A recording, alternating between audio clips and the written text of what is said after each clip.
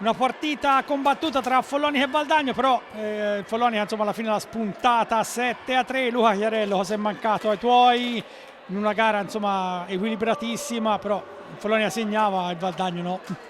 Ma sicuramente questa sera non siamo stati lucidi come le partite precedenti, però c'è da dire comunque che il Follonica ha fatto una buona partita. Noi abbiamo cercato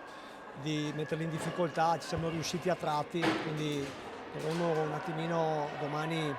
rivedere quello che non è andato e dobbiamo già pensare a sabato che abbiamo il Vercelli in casa, una partita fondamentale per il nostro cammino. Sì, tra l'altro insomma, puntata a entrare perlomeno nei playoff in una buona posizione, ma è chiaro insomma queste ultime partite di stagione regolare sono davvero tutte combattute. Sì, no, beh, il discorso playoff, arrivare settimi, ottavi, noni o decimi non cambia niente, tanto poi bisogna giocarsela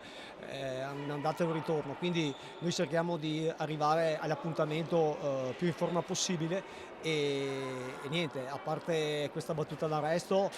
stavamo andando bene, come ho già detto, dobbiamo pensare a sabato e poi già anche a mercoledì dopo perché abbiamo nel giro di 5 giorni altre 2 partite fondamentali per il nostro